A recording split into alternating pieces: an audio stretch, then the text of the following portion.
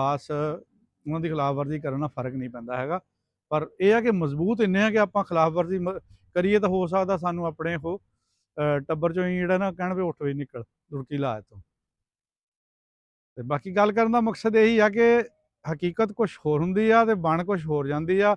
ਜਿੱਦਾਂ ਹੁਣ ਇੱਕ ਬੰਦਾ ਟਾਹਣੇ ਤੇ ਅਗਰ ਸਾਡੇ ਇਹ ਵੀ ਰਿਵਾਜ ਆ ਨਾ ਕਿ ਟਾਹਣੇ ਤੇ ਚੜ੍ਹ ਕੇ ਉਹਨੂੰ ਵੱਢਣ ਡਿਆ ਤੇ ਕਿਸੇ ਕੋਲ ਲੰਘਦੇ ਬੰਦੇ ਨੇ ਕਹਿ ਦਿੱਤਾ ਨਾ ਵੀ ਯਾਰ ਇਹ ਥੱਲੇ ਡੇਗ ਪੂ ਤੇਰੇ ਵੀ ਸੱਟ ਲੱਗ ਜਾਣੀ, ਉਸੇ ਟਾਹਣੇ ਤੇ ਤੂੰ ਖੜਾ ਜਿਹਨੂੰ ਵੱਢਣ ਡਿਆ। ਤੇ ਅਕਲਮੰਦ ਬੰਦਾ ਤਾਂ ਸਮਝੂਗਾ ਯਾਰ ਮੈਨੂੰ ਮੱਤ ਦੀ ਗੱਲ, ਜੇ ਖੁਦਾ ਨਾ ਖਾਸਤਾ ਉਹੋ ਜਿਹਾ ਹੋਵੇ ਬੇਵਕੂਫ ਕੂੜ ਮੱਤ, ਉਹ ਡਿੱਗ ਪੈਣਾ। ਡਿੱਗਣਾ ਤਾਂ ਹੈ ਹੀ ਆ, ਜਦੋਂ ਟਾਹਣੇ ਨਹੀਂ ਡਿੱਗਣਾ। ਕਹਿਣਾ ਉਹ ਨੈਸ਼ ਬੰਦਾ ਗਿਆ ਸੀ, ਉਹ ਨੈਸ਼ ਇਹ ਗੱਲ ਕਰਕੇ ਗਿਆ ਸੀ, ਜਾਣੀ ਉਹਨੇ ਆਪਣੀ ਗਲਤੀ ਨੂੰ ਵੀ ਉਸ ਬੰਦੇ ਦੇ ਨਾਲ ਮਨਸੂਬ ਕਰ ਦੇਣਾ ਕਿ ਉਹ ਨੈਸ਼ ਸੀਗਾ।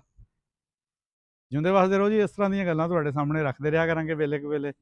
ਸਾਡੇ ਜਿਹੜਾ ਪੇਜ ਆ, ਚੈਨਲ ਆ, ਇਹਨੂੰ ਲਾਈਕ, ਸਬਸਕ੍ਰਾਈਬ ਤੇ ਸ਼ੇਅਰ ਜ਼ਰੂਰ ਕਰੋ।